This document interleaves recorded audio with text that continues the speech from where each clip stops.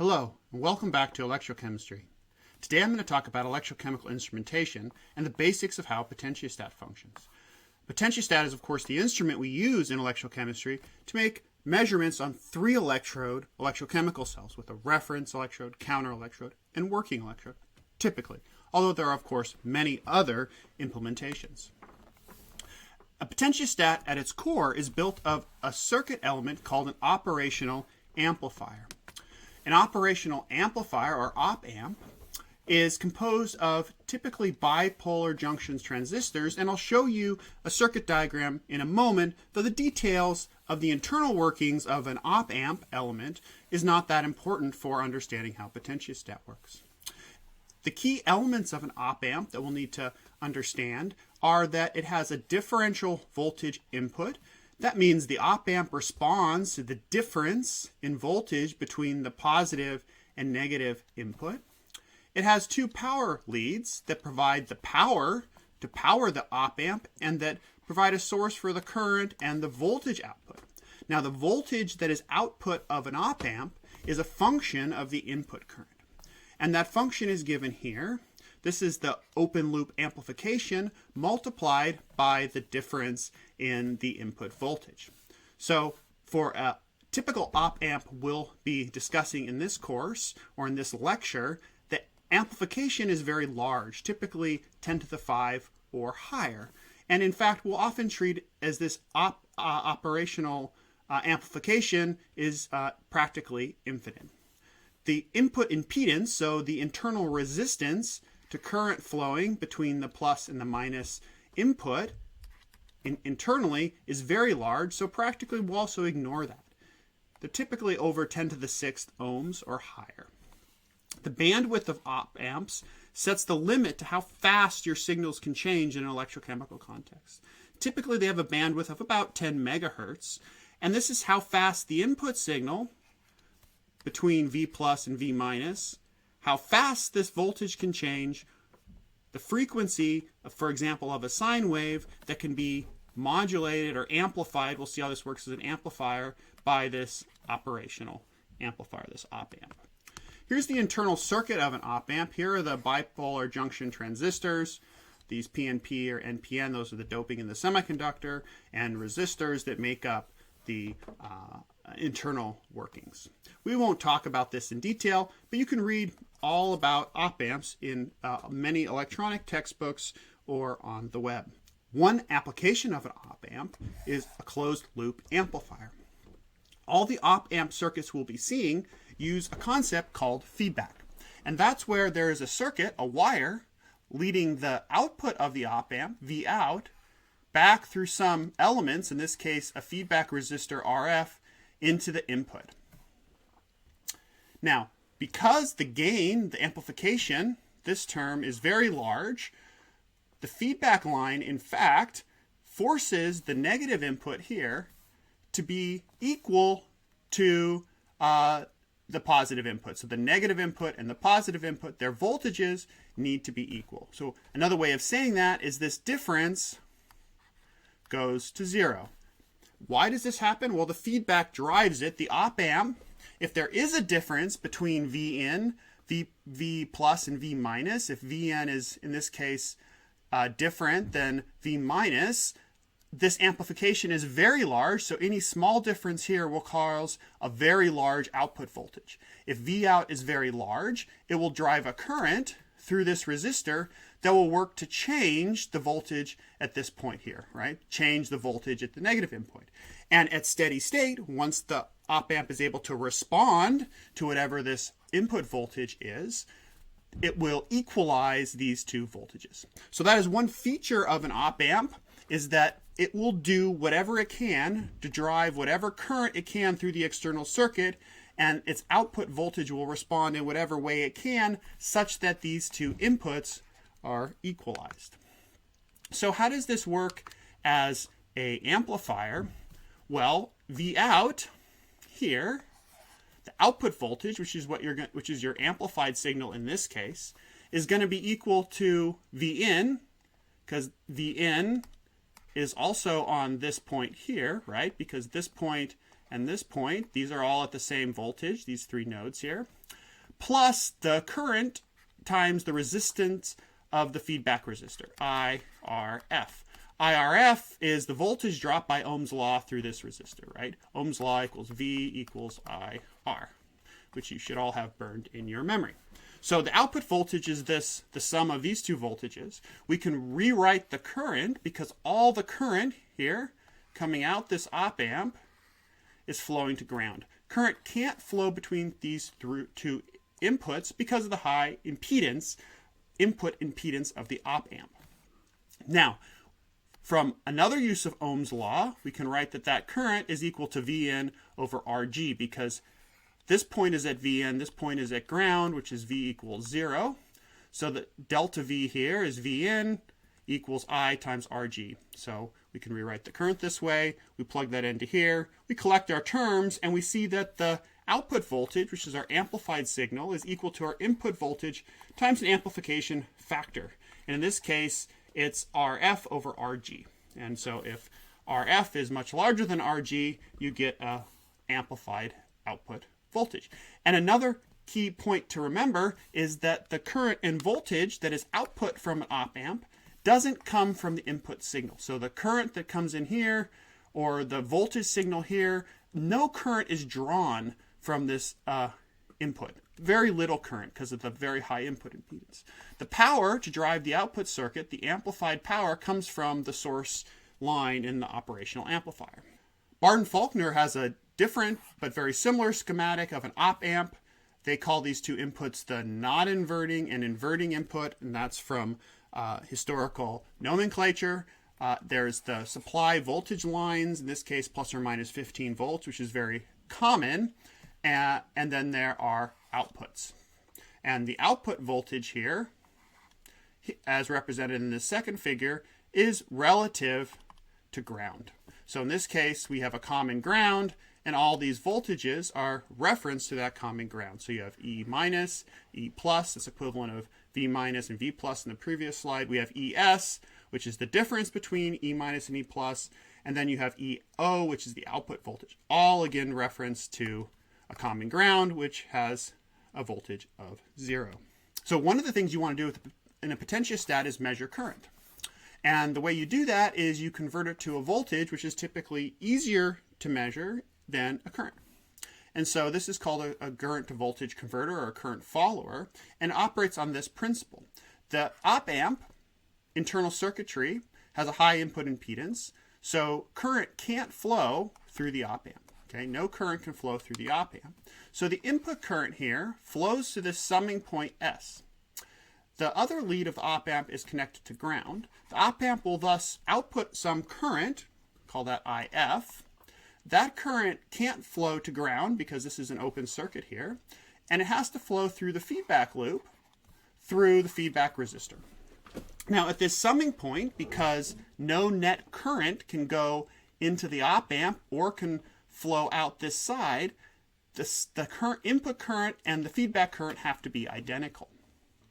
So we can take that expression, we can write that, and we also know that the output voltage is related to the difference between the positive and negative terminals of the input times the op amp response.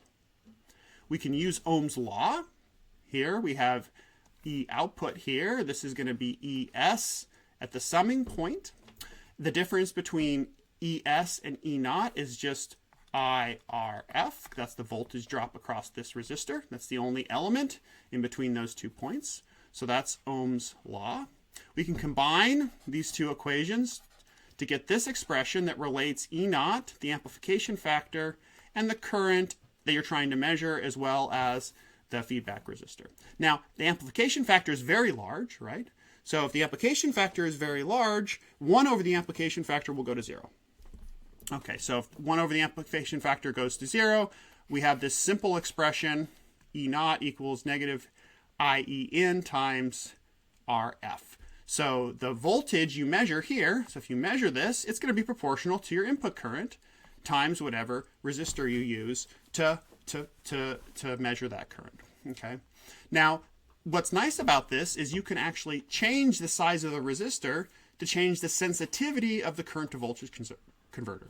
So if you use a very large resistor, like a gigaohm resistor, you can easily measure nanoamps. You pass a nanoamp through a gigaohm resistor, you'll measure a volt, right? If you want to measure big currents like amps, you have to use small resistors, like a 1 ohm resistor. So this is in fact what you do in a potentiostat when you change the current range. It changes the size of the resistor that's used in this feedback loop to measure current. Another circuit that's really important in a potentiostat is one for potential control. Here I don't have the cell explicitly indicated, but we'll get there in a moment. This circuit will control potential here, EA at point A. And it will set it to the input potential signal you apply to the op amp. Okay, so we can apply some input signal EI. This is grounded, and because this is grounded, we know that the op amp will apply a current here, whatever current necessary, whatever output voltage necessary, to make this terminal also go to ground. And so what that means is that EA, whatever voltage EA goes to, plus EI has to equal 0, has to go to ground. So I can find that EA equals negative EI. So this is, of course, makes sense if you follow this circuit line here. So the op amp will do that to drive current through this circuit. And the current will depend, of course, on the resistances, R1 and R2, but the voltage at point A won't. So by applying a potential, EI, between the 2 points, the potential at point A is controlled versus ground. But that's independent of the size of the 2 resistors. So if this is an electrochemical cell, for example, whose impedance or resistance might be changing with time, depending on what you're doing, that won't affect your ability to control the potential here. Another key point is that almost no current is drawn from the voltage input here, right? No current is drawn because of the high input impedance here. There's really no ability for current to flow between the 2 inputs. That allows you to use a simple source voltage signal and to be sure that that signal is not perturbed by using it to drive your op amp. Okay, and all the current that's flowing through your circuit here is driven again by the power lines, right? The power lines for the op amp. Now here's a circuit for current control. It's very similar. Now we have an arbitrary impedance, which could be our electrochemical cell. We again have the positive input going to ground. We have some point at which we are measuring the voltage, EA. We're controlling the input voltage, okay? So we can control the input voltage. We know, based on our previous analysis of the circuit, that EA must be the negative of EI, because the potentiostat, well, the op amp here in this case, this is a very simple galvanostat, it's going to control current, will set the current and the output voltage such that the current flowing through this impedance and the current flowing to ground raises the potential EA such that this is true. So that these 2 inputs are both essentially at ground, that there's no voltage difference here. This voltage then is equal to IR. That's the voltage drop across this resistor. That's the difference between the voltage here at point A and ground, right? And so since we know the voltage drop to ground from point A, EA, and we know it's equal to the negative of our input voltage, we can now say that the current through this cell is given by the input voltage over the resistance. So we have a circuit now that no matter what the impedance is, no matter what sort of elements are in our electrochemical cell, it controls the current through that cell. So that's very useful. That's called a galvanostat. This is a very simple galvanostat. Now, let's look a little bit more at what's involved in an electrochemical cell. So the electrochemical cell can be considered a network of impedances. So impedances are the AC equivalent to resistances, and we'll talk about AC circuits later in the course. There's an impedance at your counter electrode, meaning driving the electron transfer kinetics and mass transfer at the counter electrode. There's an uncompensated series resistance, and then there's a compensated series resistance, and then there's the impedance of what you're measuring at your working electrode. This is what you actually usually want to know. It's the resistance related to transferring charges and moving species at your working electrode. Now, we break the series resistance into two components, the ohmic compensated resistance and the uncompensated resistance. And the reason we do that is if you think about an electrochemical cell, okay, and say you have your working electrode and you have your counter electrode, and somewhere in the middle, I have my reference electrode. Okay. And the current, right, is flowing from between the working electrode and the counter electrode.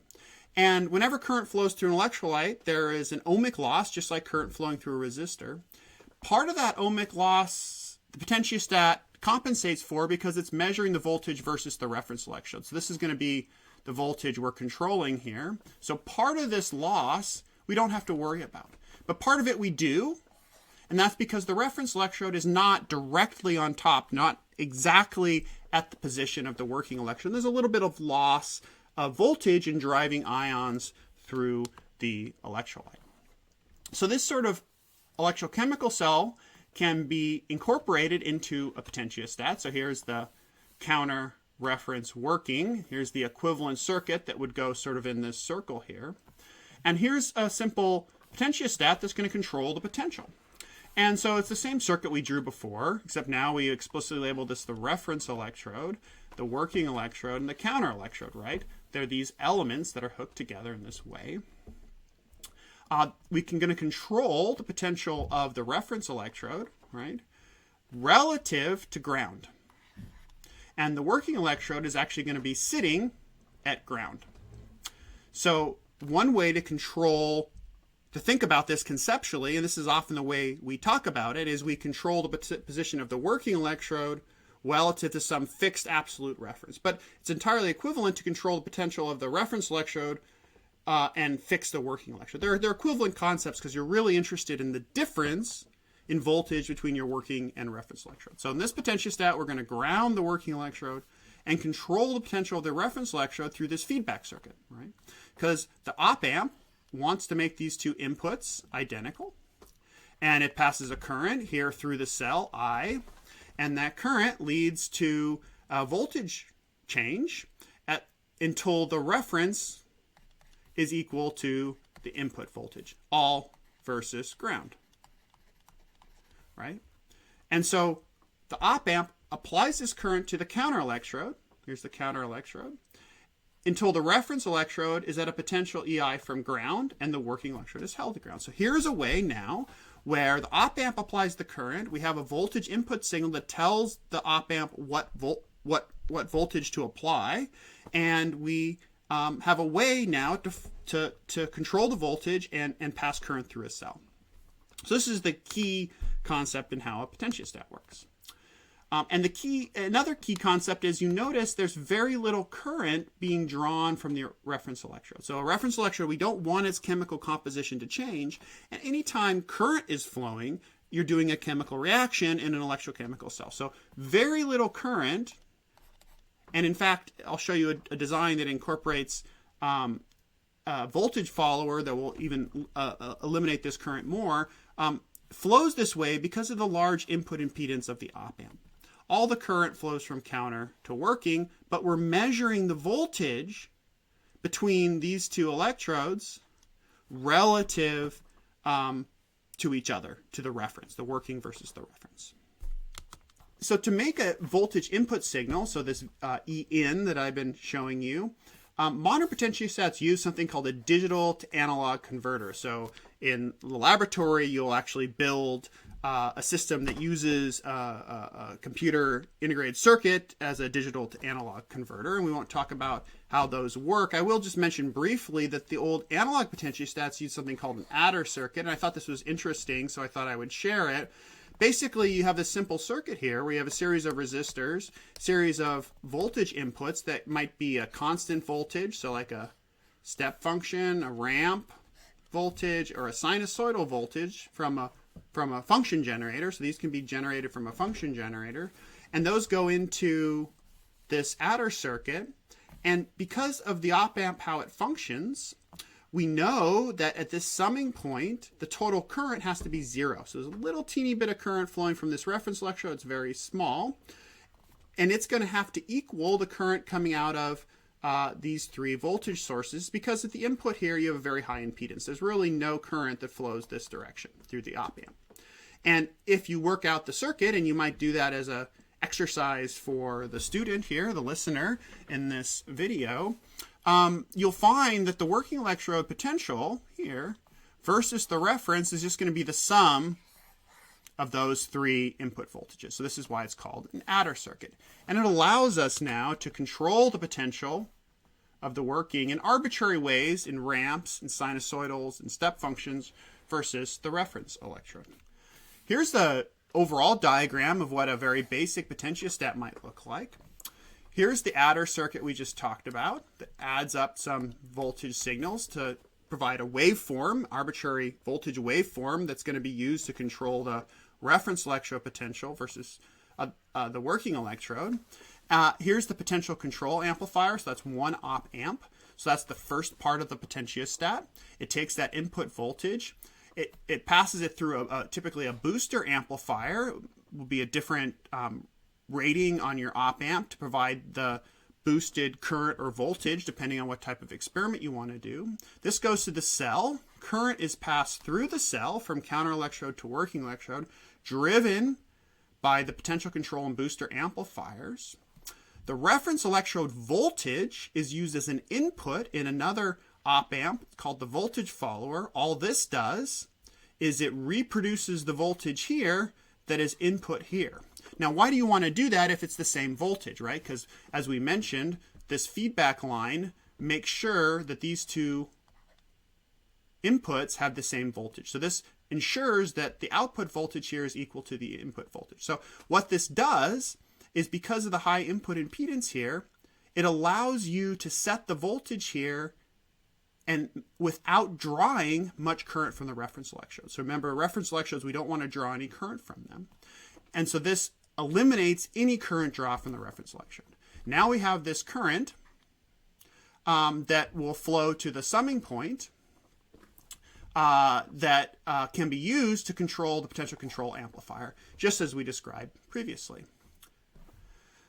The current that then goes through the potentiostat to the counter electrode, through the counter electrode to the working electrode, can then be sensed in the current follower circuit, where we talked about how the voltage you measure on the current following circuit is just the negative of IR, the voltage drop through the feedback resistor in the current follower op amp circuit. So this is the basic design of potentiostat and is related to the type of potentiostat you will build in the laboratory course if you are taking. Now I'd like to end with just a very brief description of how voltage is measured. So what you do is you use an amplifier, one of these operational amplifiers, has a very high input impedance. So if you want to measure voltage at a point, say of a circuit, output point, you don't want to draw too much current in the measurement, I measure here. We want this to be as little as possible, so we use a high input impedance amplifier to avoid drawing current. Okay, and that amplifier will output a current that we can use to actually change the magnetic field. This wire here, the current's flowing through a wire, a coil of wire. When current flowing through it generates a magnetic field, and that will cause deflection of a needle. And that deflected needle, the magnitude of that deflection in this simple analog voltmeter is actually a measure of the current flowing through the wire, which is proportional via this operational amplifier to the voltage you're measuring. And of course, there's more complicated ways to do this with digital electronics, but I thought it was interesting to look at sort of the physics of what's going on here. So I look forward to talking to you again soon as we continue to explore our concepts in electrochemistry. Thank you.